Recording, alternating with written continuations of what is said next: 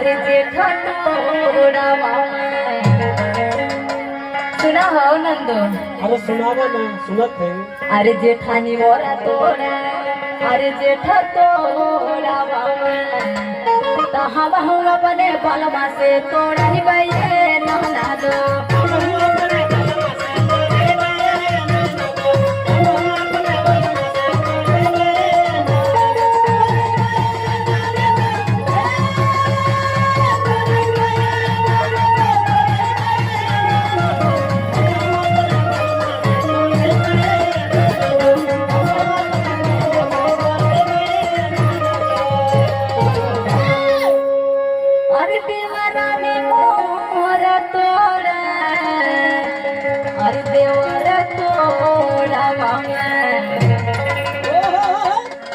अरे देवरानी मोर तोड़ा, अरे देवर तोड़ा मामा तो हम अपने बलमा से तोड़ा।